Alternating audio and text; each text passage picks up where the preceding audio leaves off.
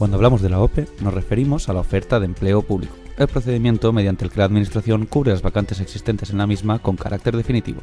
En concreto, en la última convocatoria para las plazas de Medicina de Familia en Atención Primaria en Murcia, esta selección tuvo lugar mediante un examen que se realizó el pasado mes de diciembre de 2023 y que constaba de 150 preguntas. Medicina ONER presenta el 9º capítulo de nuestra serie de videopodcast en la que analizaremos este examen.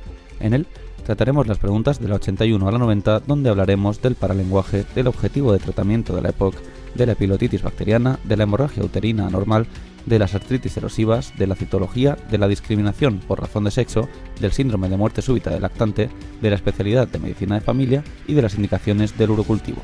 Comenzamos.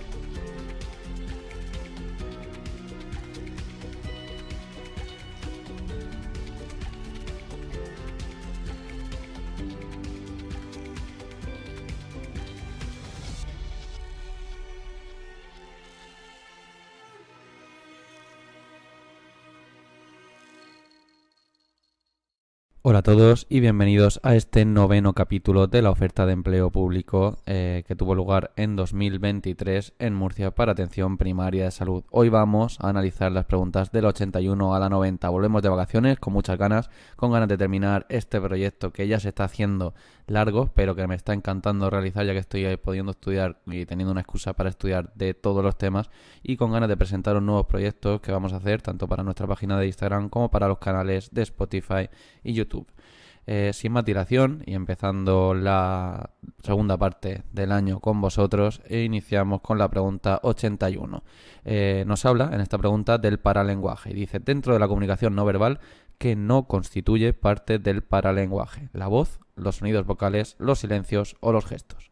Bueno, pues vemos que lo que no constituye parte del paralenguaje son los gestos, ya que el paralenguaje es un conjunto de elementos no verbales de la voz, es decir, es la forma en la que se expresan las palabras. Es uno de los elementos inseparables de la comunicación no verbal, junto con la kinésica, que aquí sí que estarían los gestos, la proxémica y la cronémica. Está compuesto por las cualidades y los modificadores de la voz, por ejemplo, los acentos, el volumen, la entonación, la velocidad y el ritmo, los sonidos fisiológicos, que serían los sonidos de la voz, es decir, la B, y emocionales, por ejemplo, la risa, el llanto, las interjecciones, las onomatopeyas, las pausas y los silencios, por lo que estas tres, la B y la C, sí que estarían dentro del paralenguaje. A diferencia de la kinésica, que sí que incluye los gestos, no podemos percibir el paralenguaje de forma visual, ya que se expresa a través de los distintos tipos de sonido y entonaciones. Este tipo de lenguaje ayuda a entender mejor el contexto comunicativo, apoya la comunicación no verbal, la precisa y suple sus defectos. No es tan importante qué se dice, sino la manera en que se dice. Y esta entonación o este paralenguaje cambia según el contexto cultural. Hay muchos ejemplos. Además, se presenta tanto en el lenguaje de habla, por así decirlo, de lengua hablada, como en la escrita. La pregunta 82 nos hablan de los objetivos de las terapéuticas de la EPOC y dice: respecto al tratamiento de la EPOC, las medidas terapéuticas irán encaminadas a disminuir la sintomatología, prevenir las agudizaciones, aumentar la tolerancia al esfuerzo o todas son correctas. Pues lógicamente todas son correctas. Si miramos los archivos de bronconeumología, nos habla de que los objetivos generales del tratamiento de la EPOC se resumen en reducir los síntomas crónicos de la enfermedad, es decir, la A y la C serían correctas, y disminuir la frecuencia y la gravedad de las agudizaciones, por lo que la B sería correcta. Y también nos habla de mejorar el pronóstico. Hay unos beneficios a corto plazo, que serían el control de la enfermedad, y a medio y largo plazo, que serían la reducción del riesgo. Aquí vemos que efectivamente todas son correctas. En la pregunta 83 nos hablan de un paciente de 16 años con epiglotitis aguda, fiebre y malestar general. ¿Cuál sería el agente causal más frecuente? Bueno, pues el agente causal más frecuente, y sobre todo en este grupo de edad, es bacteriano y es el Haemophilus influenzae. En otro grupo de edad gana protagonismo el Streptococcus pneumoniae y las infecciones víricas. Sin embargo, los patógenos bacterianos son la etiología infecciosa identificada con mayor frecuencia para la epiglotitis, a pesar de la rápida disminución de la epiglotitis infecciosa en los niños inmunizados en la era posterior a la vacuna conjugada. La Haemophilus influenzae de tipo B sigue siendo una etiología importante, principalmente en no vacunados o inmunizados de forma incompleta. Además, basándose en series de casos pequeñas, aún es posible aislar la Haemophilus influenzae de tipo B en niños y adultos completamente vacunados. Para los que lo estéis viendo en vídeo, os dejo una tabla de up-to-date con las causas bacterianas, las causas virales y las causas fúngicas, que suelen darse más en inmunocomprometidos, para la epiglotitis. En la pregunta 84 nos hablan de una mujer perimenopáusica con hemorragia uterina normal, que yo creo que se referirá a anormal, y en la que no se ha llegado al diagnóstico etiológico. ¿Cuál de las siguientes operaciones estaría indicada en esta mujer con hemorragia uterina? Yo entiendo que anormal en edad perimenopáusica. Y nos dicen prueba de embarazo, citología, biopsia de endometrio o exploración pelviana. Bueno, esta pregunta es un poco discutible. Nos dice que la correcta es la biopsia de endometrio, que seguramente y efectivamente, según UpToDate, estaría indicada. Pero bueno, para responder a esta pregunta, primero, ¿qué es la perimenopausia? La transición menopáusica o perimenopausia ocurre después de los años reproductivos, pero antes de la menopausia, y está caracterizada por ciclos irregulares menstruales y cambios endocrinológicos y algunos síntomas muy característicos, como por ejemplo son pues, los típicos calores de la menopausia. En cuanto a la biopsia de endometrio, ya que nos dan esta respuesta como correcta, las indicaciones generales son evaluar una lesión precancerosa o una infección subclínica, por ejemplo, la endometritis. Si nos metemos específicamente en la evaluación de las lesiones precancerosas, vemos que en las mujeres de edad entre 45 a la menopausia, efectivamente, en todas las pacientes con un sangrado frecuente, con un ciclo menor a 21 días o con un sangrado muy fuerte o prolongado, más de 8 días, o incluso en las pacientes ovulatorias, en los sangrados intramenstruales, habría que hacer una biopsia de endometrio independientemente del grosor del endometrio comprobado por ecografía, como por ejemplo sí que estaría más correcto medirlo en las pacientes posmenopáusicas, que en las pacientes posmenopáusicas lo que se hace es medir la línea endometrial por ecografía, y si está engrosada, efectivamente hacer una biopsia de endometrio. Sin embargo, la propia citología puede condicionar realizar o no una biopsia endometrial, y hay otras indicaciones para la biopsia de endometrio. Además, en cualquier paciente que esté sangrando, si está sobre todo perimenopáusica, sí que haría una prueba de embarazo, y efectivamente también haría una exploración pelviana, porque puede tener directamente una herida en la vagina o en el cuello que sea la causa del sangrado. Es decir, que esta pregunta la veo dudosa. La pregunta 85 es muy interesante y estoy muy en contra de la respuesta dada por la OPE. Nos habla de las artritis erosivas y dice no suelen observarse erosiones articulares en la artritis reumatoide, el lupus, la gota o la artritis séptica. Y nos da como correcta la artritis reumatoide, como que no hay erosiones articulares. Ya os digo que esto es mentira. En la artritis reumatoide son muy comunes las erosiones articulares. Donde no es común es en el lupus eritematoso sistémico, que si vemos en UpToDate vemos que la artritis es generalmente no erosiva y diferente de la artritis reumatoide. ¿Y en qué se diferencia? Pues en muchas cosas. Las artralgias son comunes en ambas, pero la artritis es más deformante. Ambas son simétricas y ambas incluyen las mismas articulaciones, pero es verdad que en el lupus la más frecuente es la interfalángica proximal, después la metacarpofalángica, después la muñeca y después la rodilla. Mientras que en la artritis reumatoide la interfalángica proximal y la metacarpofalángica son iguales de frecuentes, la afectación de esas articulaciones. Y después efectivamente iría la muñeca y después la rodilla. La hipertrofia sinovial y la proliferación de la membrana sinovial en general es más común en la artritis reumatoide. Y el líquido se diferencia ya que el lupus tiene un trasudado, mientras que la artritis es un exudado. Los nódulos subcutáneos son raros en el lupus, mientras que en un 35% de los pacientes con artritis reumatoide se dan. Y aquí es donde quería llegar. Las erosiones son muy raras en el lupus, mientras que son comunes en la artritis reumatoide, por lo cual esta respuesta está mal dada. La respuesta correcta sería claramente la B. Hay otras diferencias entre artritis reumatoide y lupus en cuanto a la artritis. La rigidez dura minutos en la artritis del lupus, mientras que en la artritis reumatoide dura horas. En ambas son comunes las mialgias, en ambas son raras la miositis. La osteoporosis es variable en el lupus, mientras que es común en la artritis reumatoide. La necrosis vascular puede llegar hasta un 50% de los pacientes con artritis del lupus, mientras que es rara en la artritis reumatoide. Y las artritis deformantes son mucho más frecuentes y muy comunes en la artritis reumatoide. Y así vemos que la deformidad en cuello de cisne y la desviación del pulgar son reductibles y se dan en el 10 y en el 5% respectivamente en el lupus, mientras que son irreductibles y son muy comunes las dos deformidades en la artritis reumatoide. Había una regla típica del MIR, al menos yo estudié en la MIR y era esta, que decía: las artritis erosivas son las que se dedican a erosar la articulación. Y erosar era por espondilitis, reiter, psoriásica, séptica y artritis reumatoide. Aquí faltaría la gota, que ya os digo yo que sí que es una artritis erosiva. Entonces podríamos cambiarla por gota a gota, la articulación se erosa. Y así nos acordaríamos de todos. Y es que sabemos que a pesar de que los brotes son intermitentes en la gota, el depósito continuo de material teofáceo puede ocurrir y puede causar erosiones óseas que darían lugar a una artropatía crónica gotosa.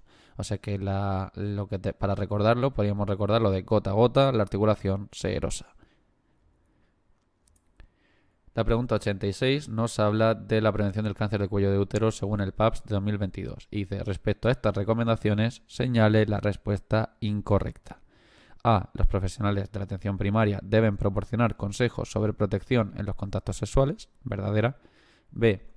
En mujeres asintomáticas de 25 a 34 años se recomienda la citología de cribado cada 2 años. Ya os digo que esta es falsa porque es cada 3 años. La C. En mujeres asintomáticas de 35 a 65 años se recomienda la prueba del VPH cada 5 años o la citología de cribado cada 3 años. Esta es verdadera. Y el cribado se finalizará a los 65 años siempre que exista un cribado previo adecuado y negativo durante 10 años y no haya antecedentes de neoplasia intracervical o de cáncer de cuello uterino durante 20 años. Es decir, en esta pregunta lo que hacen es copiarnos el resumen del PAPS 2022 en cuanto a la prevención del cáncer de cuello de útero y nos dan a elegir entre varias opciones. Os leo estas recomendaciones. La primera es que los profesionales de atención primaria deben proporcionar consejos sobre protección en los contactos sexuales. Es decir, la A es verdadera. En mujeres menores de 25 años no se recomienda el cribado. Pero en mujeres de 25 a 34 años se tiene que hacer una citología cada 3 años. Por eso la B es falsa.